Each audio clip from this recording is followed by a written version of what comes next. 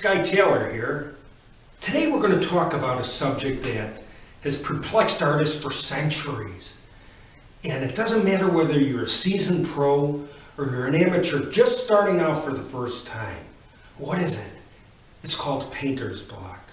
Well, let's try to figure out exactly what is it. What exactly is painter's block? Well, painter's block is when you look at the canvas and you stare at it and nothing happens.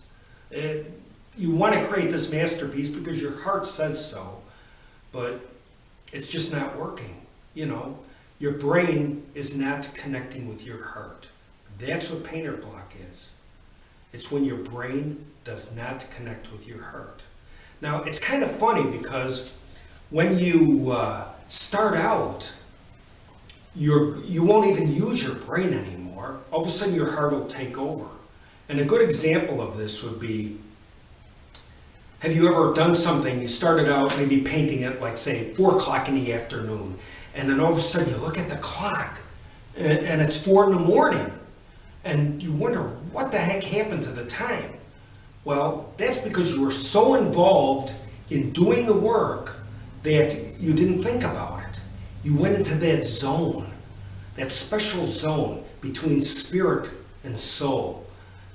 And your mind had nothing to do with it. You were just lost and drifting and creating and doing some crazy, wonderful stuff. Excuse me for 1 second, folks. Gotta get coffee. Anybody that knows me knows that I drink coffee.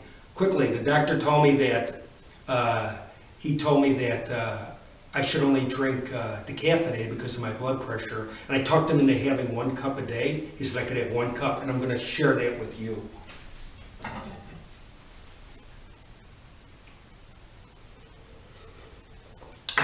Yeah, that's good.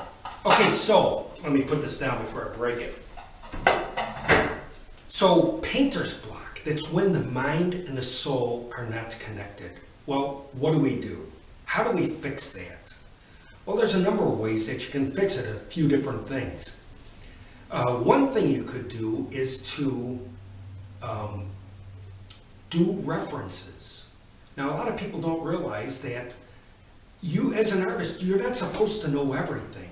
Your mind, if you look at a canvas, you're not supposed to automatically know what goes on it. Sometimes you need a little bit of inspiration.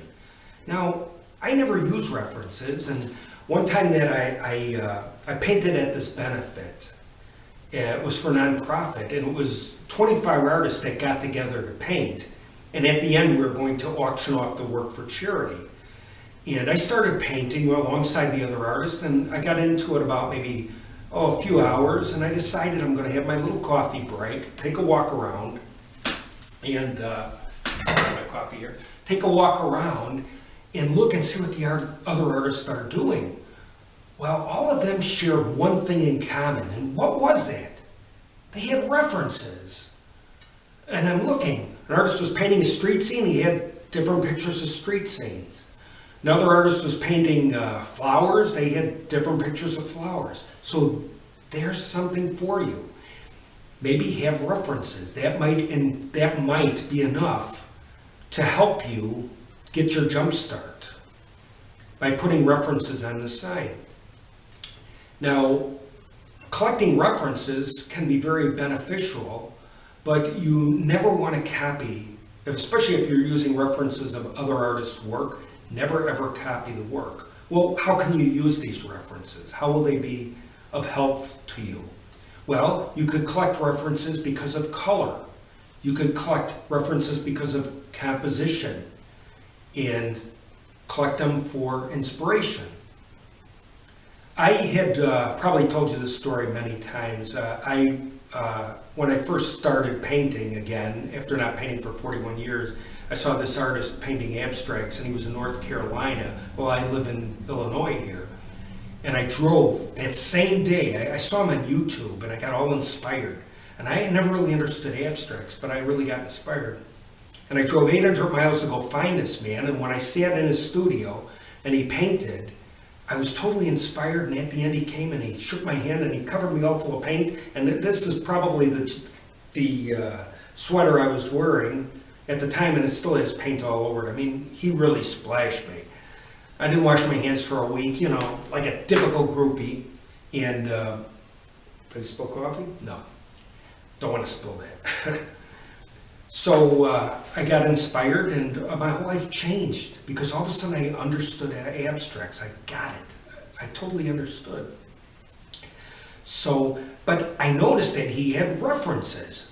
So he explained to me that he used them for color. Now what he had done was he painted an abstract, and the reference he had were fall scenes with trees and stuff, and he painted nothing like that. But he used that because of colors. He collected his references for colors. And he's a seasoned pro. His stuff hangs in big galleries, and yet he still used references. Amazing. Now, usually when I paint abstracts, I don't use references, but I will use references. Let me put this down here. If I'm doing some 3D work, like for instance, heavy one. I did this 3D guitar, okay? Now, I'm not a player of a guitar, but I wanted to know exactly where the knobs were to get a general idea, so I got references of guitars and used that, and it helped me complete my project. But otherwise, I usually don't use them too much. So there's one thing you can do. You can collect references to help you. Another thing, too, is just what I showed you. If the painting isn't working, do something else. When painting isn't working for me, I'll go in and I'll create, say it again. I will create 3D work. It's something different. This way, I'm not stuck, doing something that I'm not going to be able to do. I don't sit there and look at the canvas for hours. If it's not happening, it's just not happening, and I go on and I'll do my 3D work. And that does work for me. I don't ever have a problem doing that. Well, I'm giving my painting brain a break. Another thing too, another tip that you can try is maybe you're painting late in the evening after you've worked all day. If you're married and you got kids and the wife and everything goes up for grab, or if you're a lady and it's your husband, whatever the situation, try getting up early in the morning before everybody else is up, and having your space and your alone time. If you're lucky enough to have a space where you can go and be quiet, try getting up at 3 o'clock in the morning and painting. Reason why: go to bed early, get up early, because your mind is fresh, it's uncluttered. Another thing too to help with painter's block is music. Now, I probably said this, but it bears worth repeating. I'm a musician. I've played music. Made some music in my time, but I never could stand listening to music while I paint. But once I learned to do that, what happens is that it stops your mind from thinking, and you're able to just paint. You want to try to stop. You want to get your mind to get you going, and then you want to shut it off and just do it. Because if you have to think about what you're doing, it's not going to work, especially with abstracts. When you have to start thinking about it, you should be one with spirit.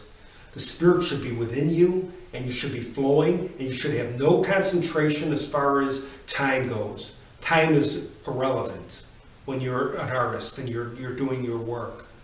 You shouldn't have to worry about anything.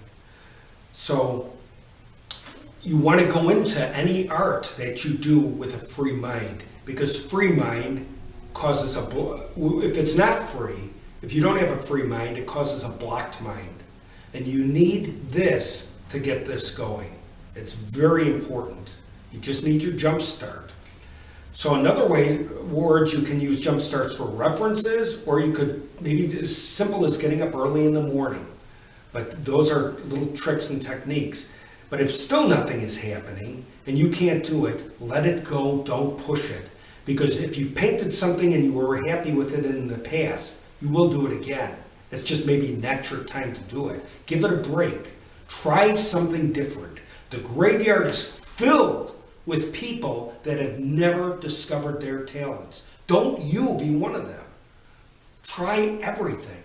When painting's not working, I do 3D. When I don't feel like doing either of this, I'll do animation. I'll do cartoons. I learned how to animate and do different cartoons. I enjoy that because now it gives me the chance to be creative on a different level. And then when I go back to art, my art's even better because I'm not concentrating just on one thing. I'm covering things. I'm doing different things, but it's still creative. You still need the art to do the art, the lessons in art in order to do the animation, because you got to do your backgrounds and stuff. When that's not working, I write novels. I've had under a different author name, I've written novels and they've done really well. And that's what I do. I write too. That's another creative avenue, but it all comes together. It's the creativeness. It's the one with spirit. It's don't be the person in the graveyard that doesn't know. Try everything. You want to try everything. So if one thing's not working, try something else. It could be as little as, if you're an acrylic painter, try painting in oils. Try painting in watercolors. Try sculpting. Try all the different arts, because you might not know where you'll end up. You might say, well, I'm not an oil person. You don't know. Try it. Maybe you weren't before, you might be now. Every year that goes by, you're changing. You're becoming better. I mean, even if you've never painted before and this is your very first lesson, just through life alone, you've improved. You could draw something today and then 2 or 3 weeks later you draw it, it'll be a little bit better. It's just through life and visual experiences. You don't realize it, but you are a sponge. And you're taking everything in. And especially if you're creative, you have that special ability to see things most people don't see. You look at things different. And don't let people discourage you. I mean, if you paint something, and that's another thing that can cause writer's block, is you're worried about pressure from what people are thinking when you do a piece of art. No, you can't do that. It's not their expression. They might not be on board to what you're doing. They might not be on board, but that does not make it wrong. That does not make it wrong. That's your expression. Don't be jaded by what other people think. That can cause painter's block because you are trying to please somebody. You don't please anybody. You please yourself.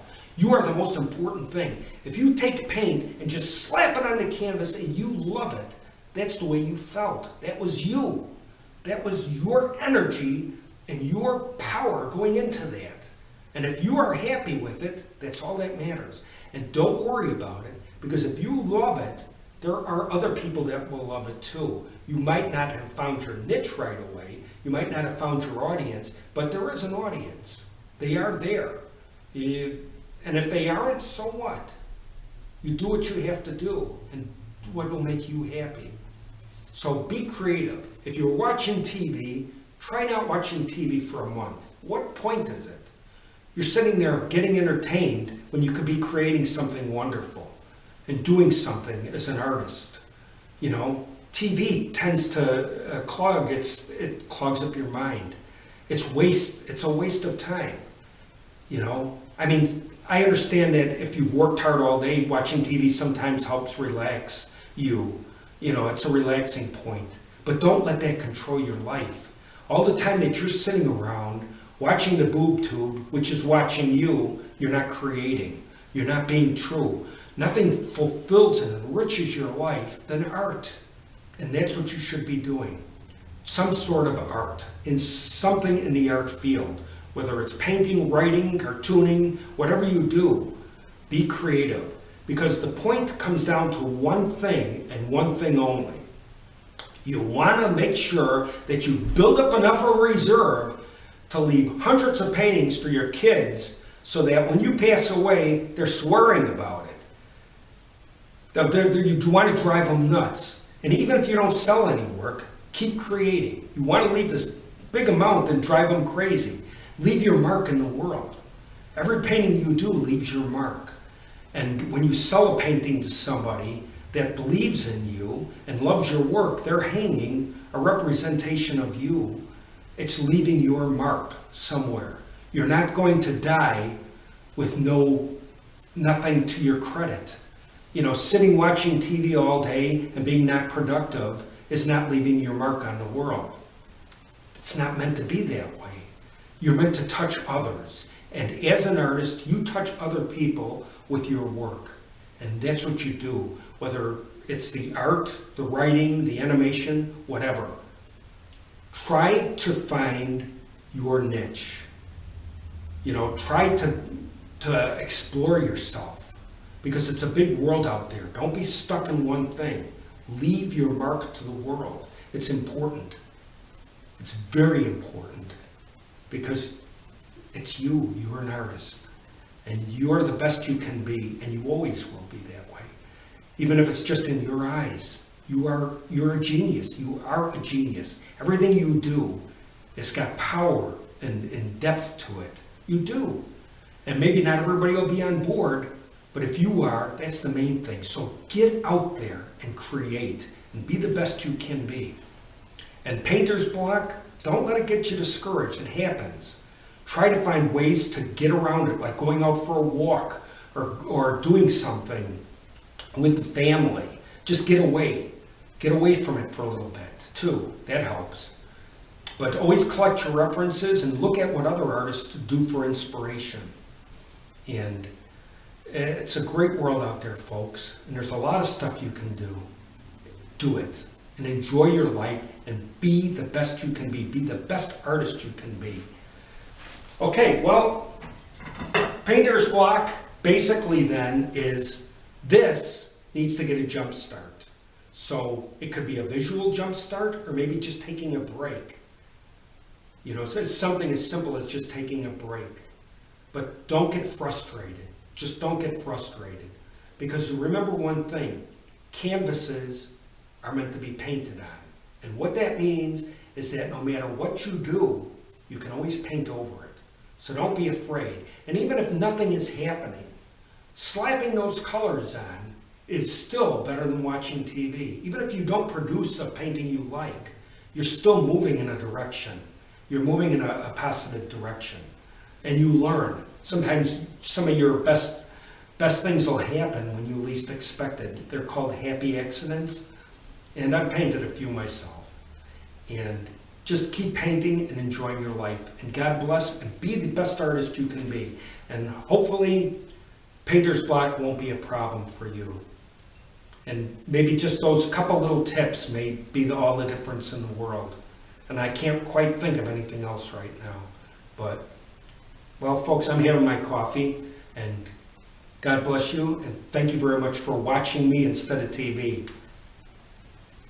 And thanks for sharing your few minutes that you could have been painting, watching me. I really appreciate it. I really do. And thanks for all your support.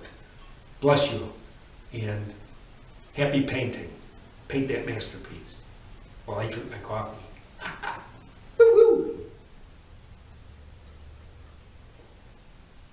And it's cold. Yuck! I hate cold coffee. I wonder if I can get a heater for this cup. Okay.